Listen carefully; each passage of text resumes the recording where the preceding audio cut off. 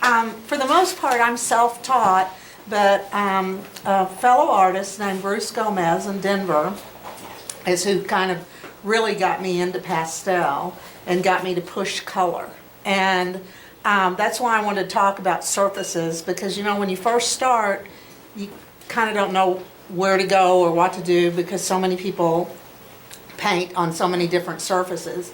He uses 160-pound cold press watercolor paper, and you have to kind of sand it in a circle, make it smooth, and it feels like velvet. And honestly, in a landscape, it really gives that distance that you're looking for. But I quit using that because it doesn't hold the pastel as well as some of the other things that are out there. And I got a little tired of sanding. So, and you can sand too much and put a hole in it. Then Margie actually told me how to do the textured pastels, which she kind of walked me through it over the phone. And I probably do 50-50. I like the textured pastels. Some things lend better to the textured pastels, but the other paper that I use currently is UArt paper, and I probably have 400, 500, and 600 at home, but I tend to use the 400 and 500 the most. And I do my pastels are 100% pastel because when I do an underpainting, I do it with alcohol and pastel. And I was just going to show that. I know that you know that, but the majority of this is actually an underpainting. And, you know, I just would get like a brush, kind of outline what I'm going to do.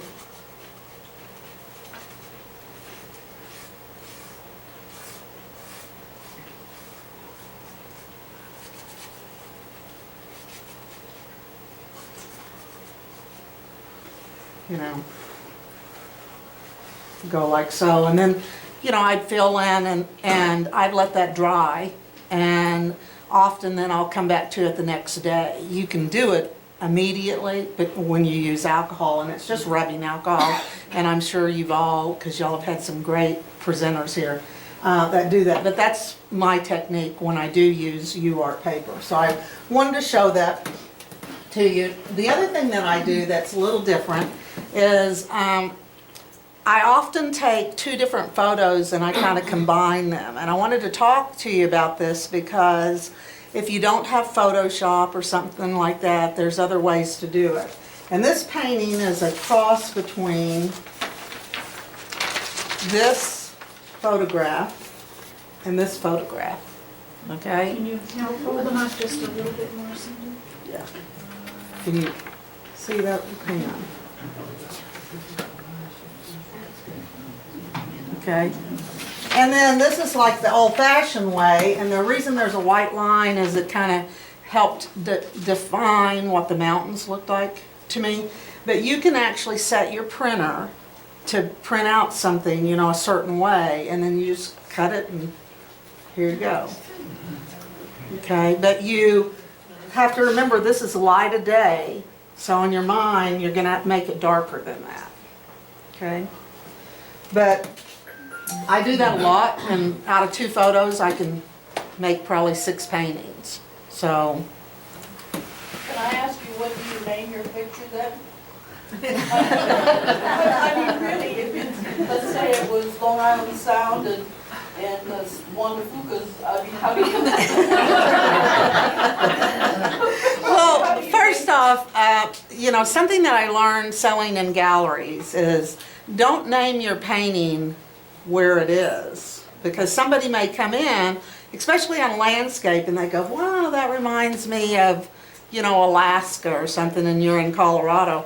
And as soon as you say, oh, that's Rocky Mountain National Park, they're not as interested in it. So the hardest thing, I think, is naming a painting, but I've just found that over the years that, and what also amazes me in galleries is that they like paintings more that you can walk outside and see, and that kind of shocks me. You know, like if you're in Vail, they want Vail paintings, and if you're in New Mexico, they want New Mexico paintings. You know, they don't want to see the ocean, but because to me, art you buy what you like, and or it reminds you of a place, and that's what I hope that my landscape paintings remind people of some place that they've been. So, but the focus of this painting is really going to be, it's not going to be the flowers, like I would paint one of those, and the floral would be the focus of it. But the focus of this is actually going to be the Milky Way and the night scene, and that's why I proportioned it this way. Okay? I have a question about the alcohol you used. Do you use 70 or 90? I just use whatever cheapo rubbing alcohol I can They're buy. two different. Some are- Yeah, this one's 91%, so, Because they're the two different ones. yeah. Okay. Thank you. Everybody knows the difference between rubbing alcohol and 90%. Rubbing alcohol has big oil, Yeah, so that's why yeah. it's used. But I use rubbing alcohol sometimes too, it doesn't matter. I've used, all of them. And you can do it with water, even, that the water takes longer, and sometimes if you don't, I dry mount everything, and if you don't do that, it'll make your paper I don't tape anything. I dry mount it because it's just easier to put in the frame and be done with it. And your framer will be happier for it. How about Jack Daniels, does that work? It probably would work just fine. Might even give a nice little odor to it. It's better while you're doing it. Oh, now I'm gonna try the real messy thing that I do every now and then. And that's with the stars, just the toothbrush and kinda.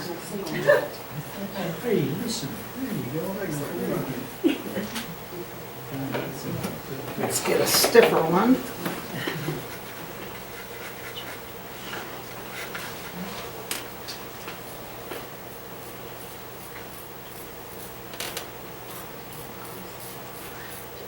And sometimes when you do this, you'll get too many or a blob, and I just kind of, like see right here. And I'll just go over that with pastel and stuff. But what's nice about doing that, if you try to like dot them, you'll end up having a pattern or something, and where the toothbrush doesn't do that. So, your toothbrush is ducked in the alcohol? well, I actually took, these are actually the iridescent pastels. Then I just took a little bit of it, scraped it off, and put a little alcohol with it, kind of make a little thing, and Okay. then I dunked the toothbrush in it. And I'm sure I'm not the first person to tell y'all that either. All right, so that's enough of that.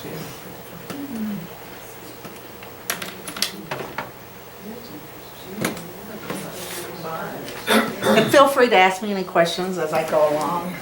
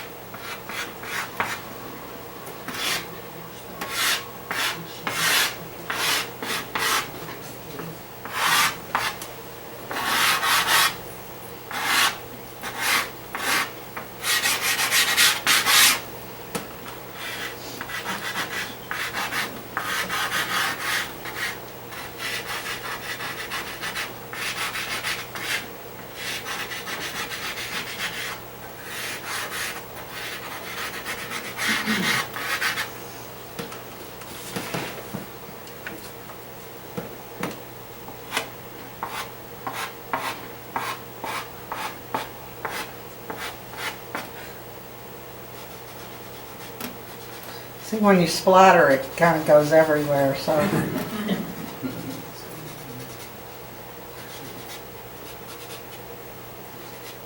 So the places I don't want stars, I can kind of rub that out ahead of time and then.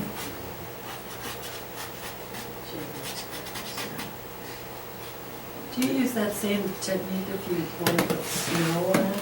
Say that? Do you use that same technique with the toothbrush if you want to like make it look like it's snowing? Or do you? Yeah, but most of the snow scenes that I do, I probably actually, because the flakes are bigger in the front, so I probably actually use a pastel. Dye. When you dry mount your paper, what do you dry mount it to? What surface? Depending what it is, you know, and how big it is, gator board or an archive. My framer does it for me. What does he charge you? Well, I have a really good deal because I get 50% off of all my framing from them. You know, she also sells some of my work and she only takes 30% because I send her a lot of business. And there are a lot of, in Grand Junction, there are a lot of artists and there's some really, really big names. One of my best friends there, and he used to work in pastel, is Stephen Datz, who, if you haven't had a chance, you go on and look at his website. He, now for the past 2 years at Medicine Man, within a day, his one-man shows are sold out. And D-A-T-Z. And Steve, he's really funny because, you know, I'll have him sometimes come over and critique something for me. And I have a tendency, and we probably all do a little bit, but, you know, realistically, you don't want to be right in the center with your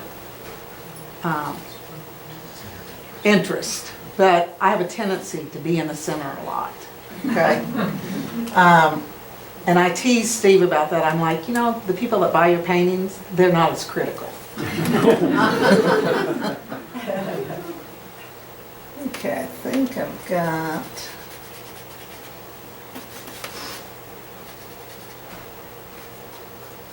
You know, and Enid and I were talking about this last night. I have only actually been painting since 2009. And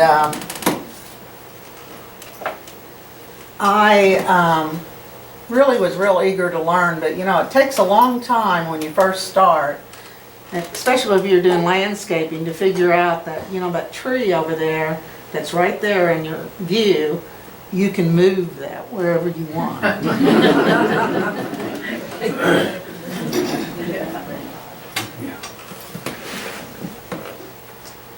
Now, something that I didn't bring, but I'm gonna...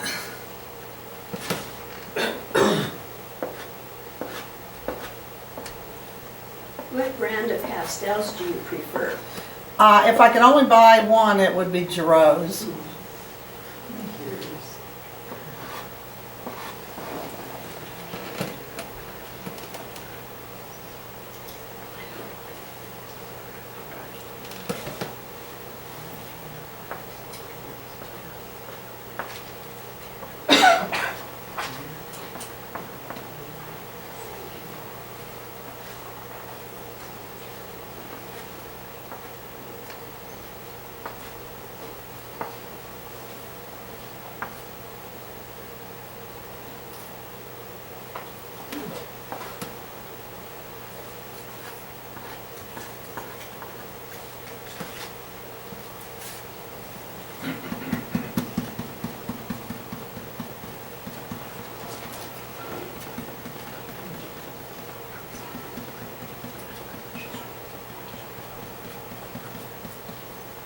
I'm patting this because I want the focus to kind of be in this Milky Way scene, but I don't want it to just jump out at you.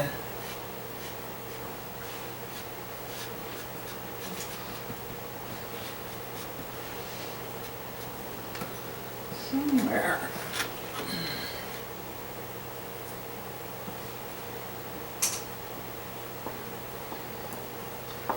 you also paint plein air or just in your studio? No, I paint a lot plein air. But I don't paint that much plein air and pastels anymore just because I got kind of tired of a wind come up and, and hundreds of dollars of pastels ended up on the ground. I will tell you, when I do plein air and pastel, I use the textured technique instead of the UArt.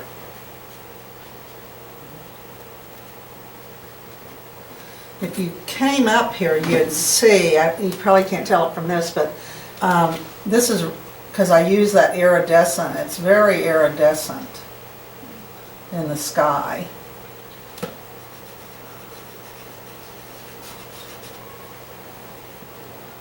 Like I said, there'll be certain areas that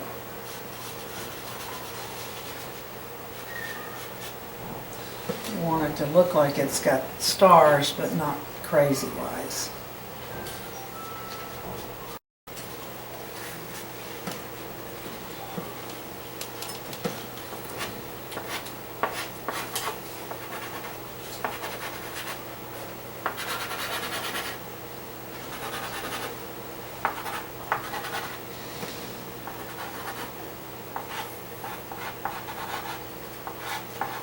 Did you actually use black at all in the sky? Not at all. All blues, right? It's blues and purples. Right, okay. I do have one of those real expensive from France blacks though. Those, Yeah, Rocher. yeah. Which I'll use sometimes, like if I really want to get it dark under a tree or something like that.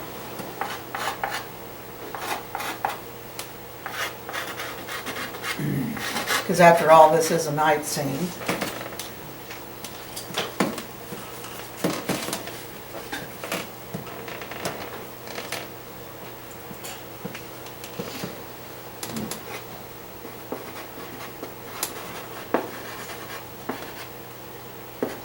I've kind of got where I really like to paint flowers and meadows and stuff. Probably more than anything anymore.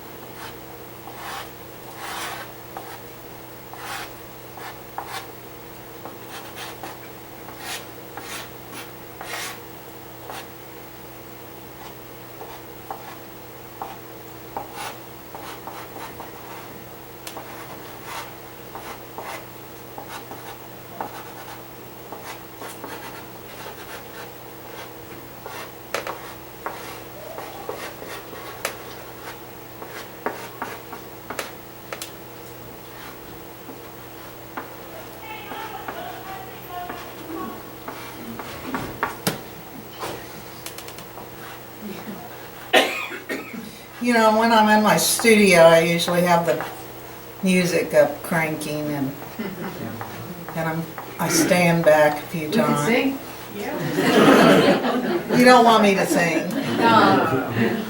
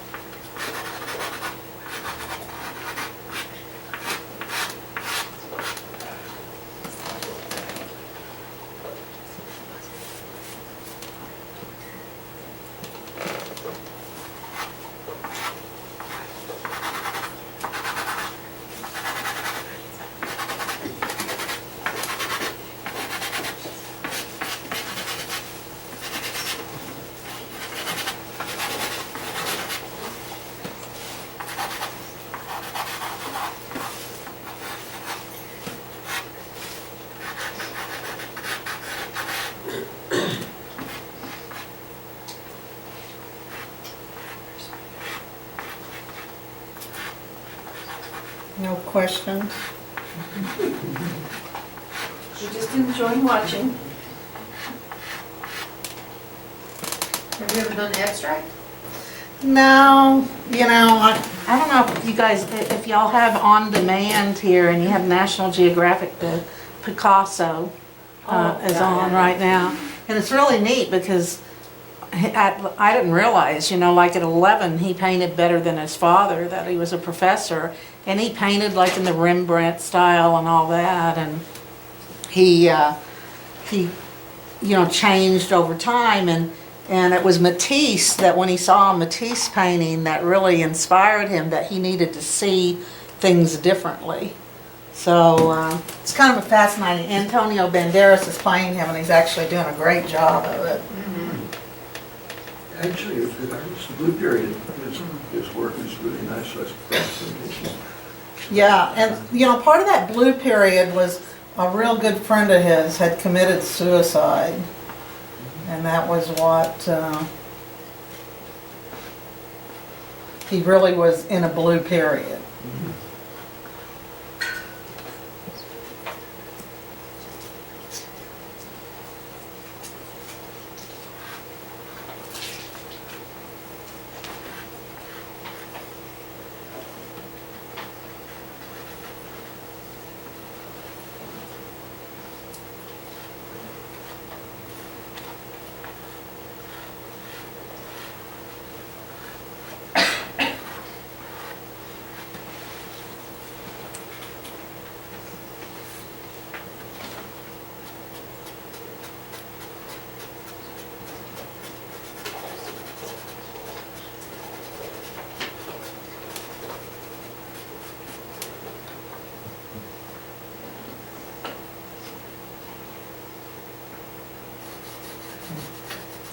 There's some things I didn't like about my drawing, and realistically, I'll probably fix that when I get home. But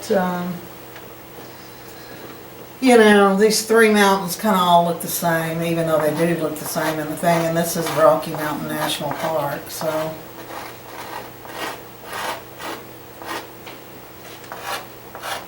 So you're literally moving mountains? Say that again. I said you're literally moving mountains. Yeah, I'm moving All now. right, go for it.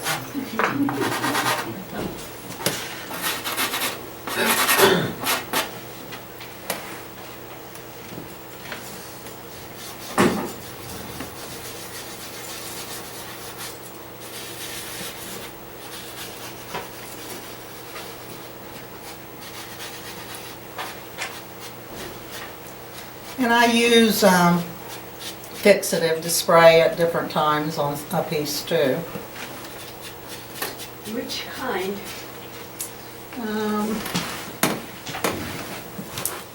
Hang on, I'll tell you, I brought it.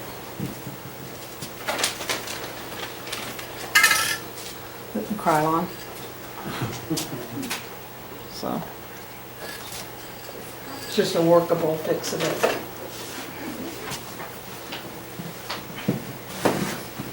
Are y'all getting the feel of my Milky Way here? Those are trees.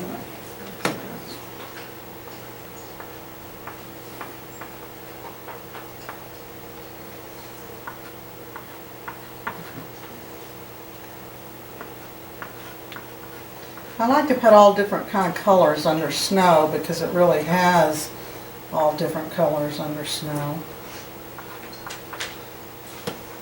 So I kind of work backwards, then I'll come over it sometimes with a blue.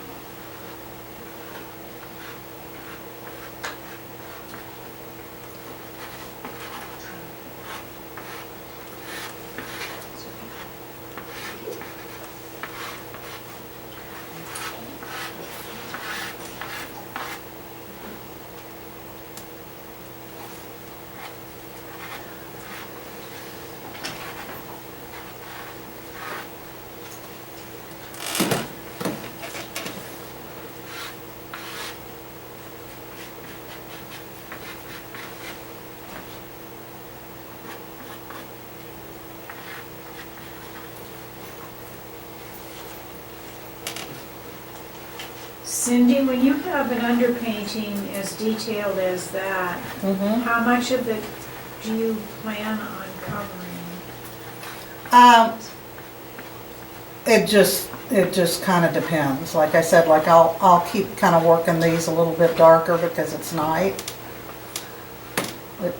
It varies. There's sometimes that I've done underpainting, I'm like, you know what? I think I'm done. But, you know, you come back out and look at it the next day and you end up fiddling with it, so. Until we learn it.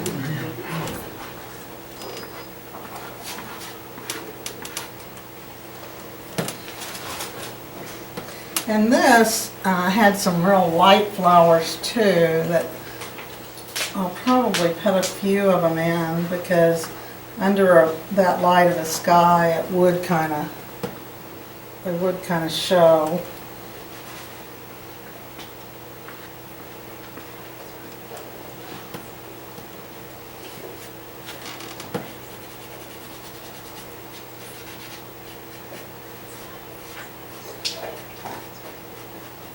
And I blend more than a lot of people, but then I come back and, you know, I'll put some strokes on it.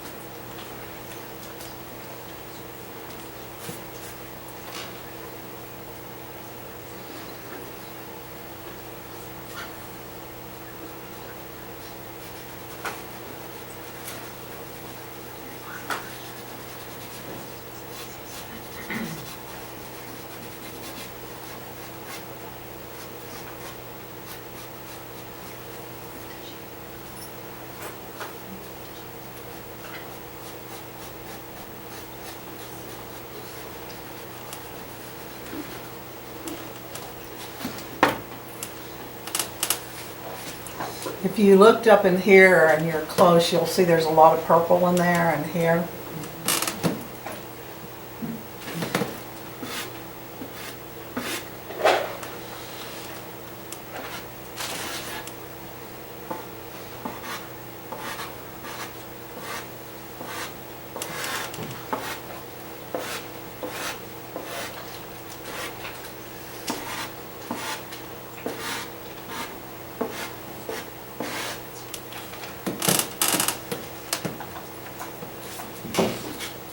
Do you guys get the Milky Way skies here? We get them a lot in Colorado. Imagine what I do They don't. east of town. That's it. City lights are a bit of a problem.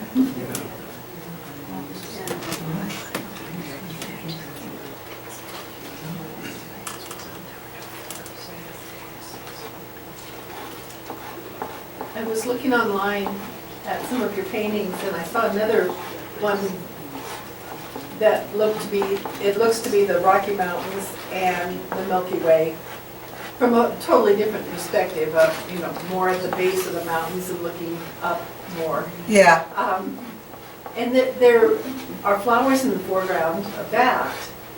yep. Do you remember what they were? Yeah, those are lupines.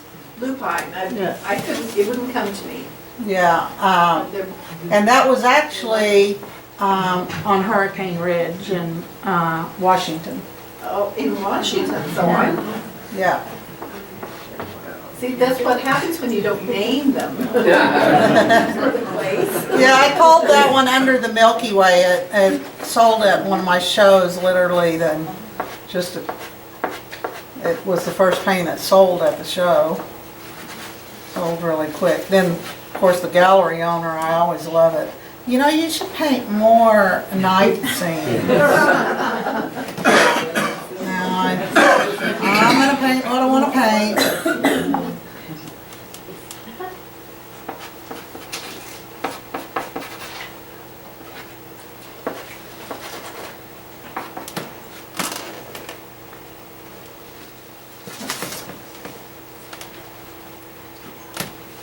But I do like when I do skies and stuff, I do like to use the fluorescents. Because under like museum glass, they'll get a real nice twinkle, and you can, you know, and you can put, like, if you look, there's some big stars in there too. You can put a couple of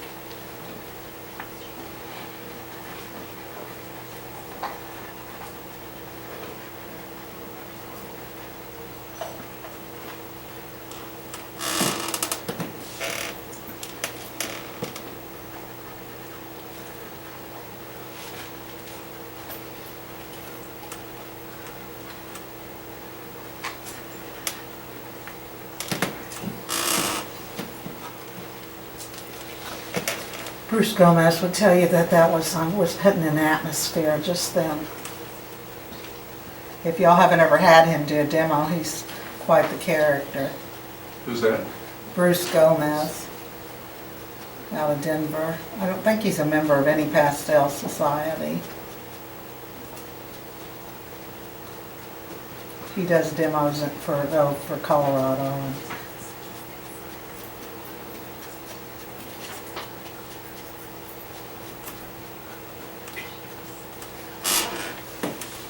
Okay, what are y'all thinking?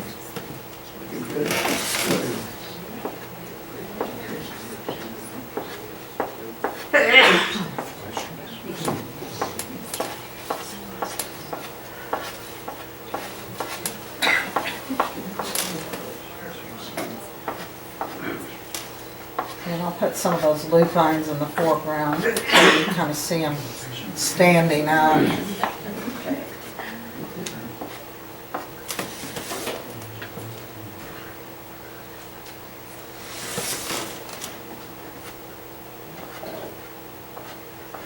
Is that a moonlit night?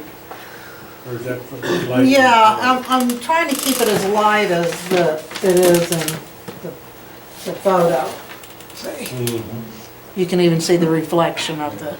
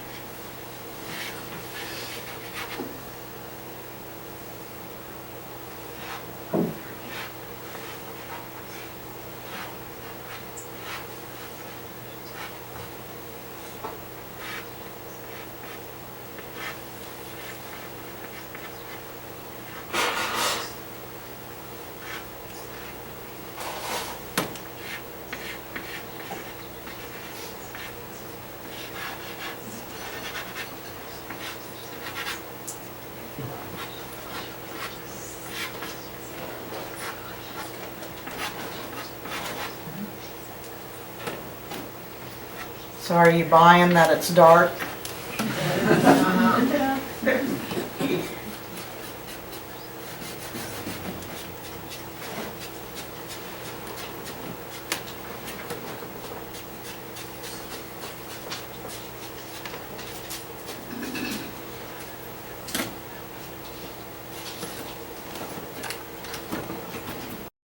I had to go and see if I had pastel all over myself because I wonder sometimes when UPS or somebody comes to the house, I'll answer the door and I got stuff all over me and I look like I've been a battered woman or something.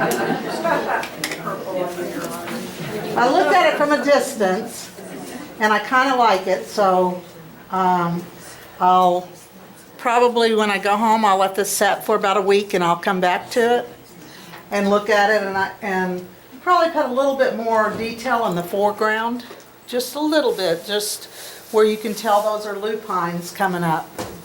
And then if I see some fudge marks like here, you know, I'll get rid of those and put a little bit more, because you can come in with a blue and just cover, you know, just cover that up. And then just kind of anywhere you think you have too much and just kind of go like so.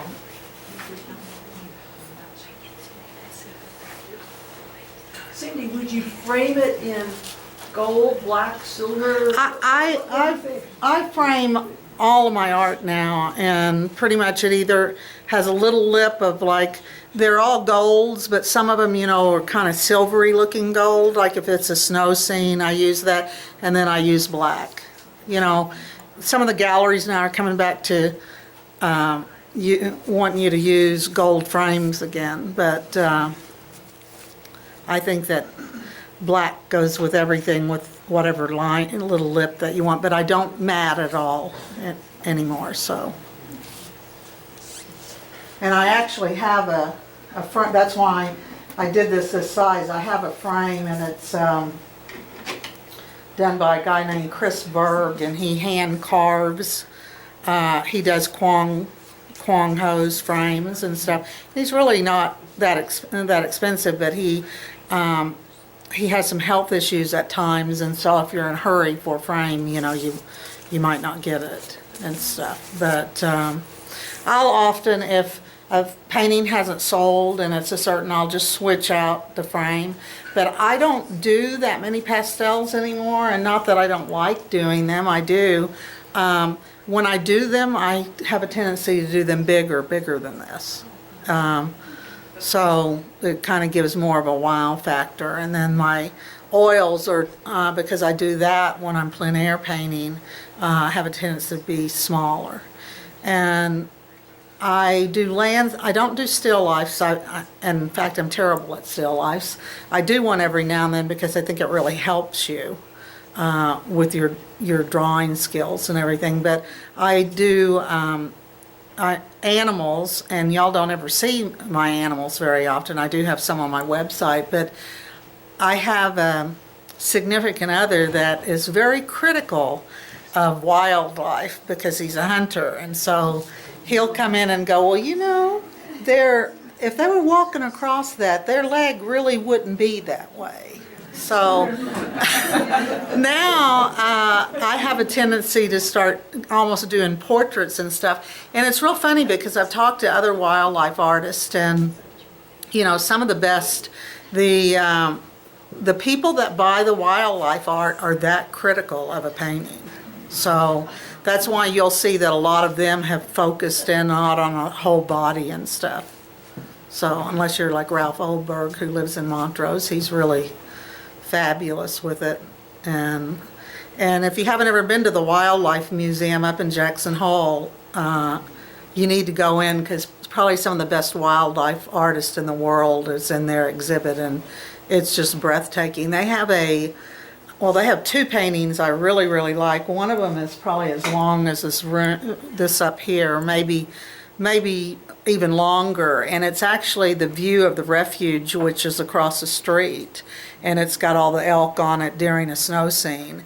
And then there's another one that's a huge painting, and it's of a buffalo with all the dust and stuff coming up. I mean, it looks like you could touch him. So when I see those, I'm like, now how on earth did they do that? I mean, they're pretty spectacular. So I feel real honored to be invited to their event. And when you're invited to this, you already have in mind what, I mean, you probably already have your painting done. I would- No. It's a plein air event. What Oh, okay. happens is you go in on a Friday and they stamp you around 2 o'clock of the afternoon. I've tried to get them to do it a day earlier because sometimes the weather up there is not the greatest. And last year where I painted, it was a 3-mile hike. And so, and it's bear country, and so it takes a while to get in and out with your stuff. And then I ended up painting downtown, and I did the cowboy bar scene. But what they do, you can only enter one of your plein air paintings into the auction, okay? But you can set up like a table like this or something, and they want you to be out kind of demoing when people come.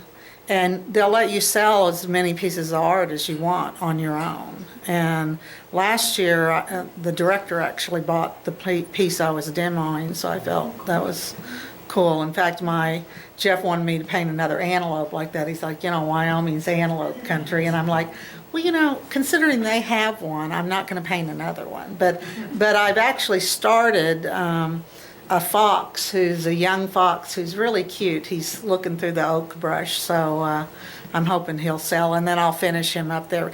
That's the thing with animals, you get so detailed that I do have some of those almost done, so when I get up there. So these are studio pieces that you can sell. Right. Plein air event, Right. yeah. You just can't put them into the auction Yeah, sure. and stuff, so. Those are all interesting.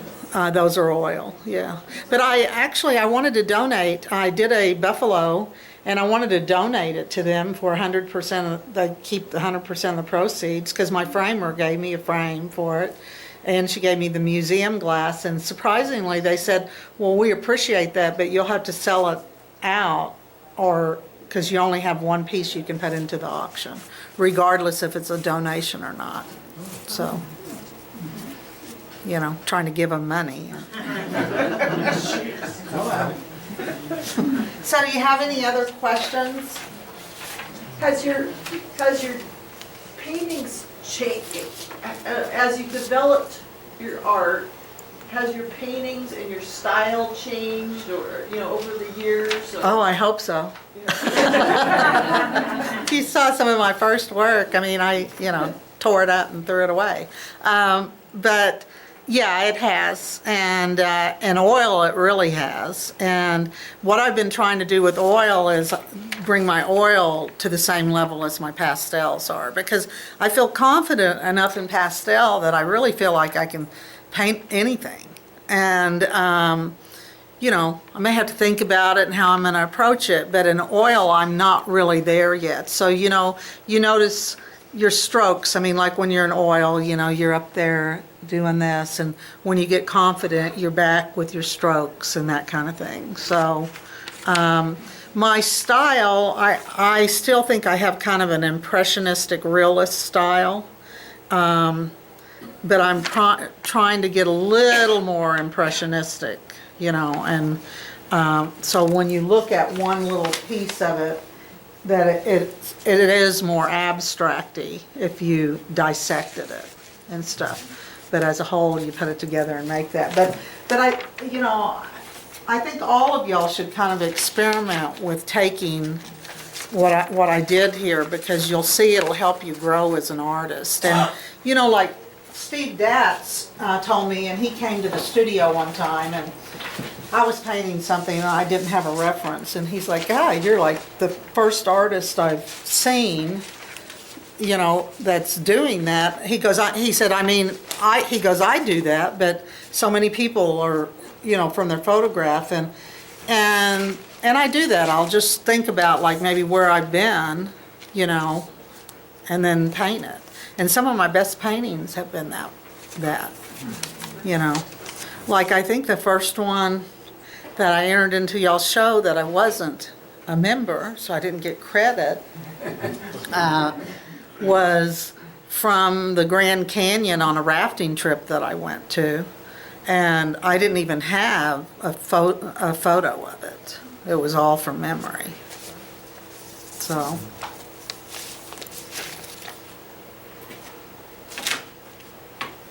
Any other questions? Thank you. Thank you.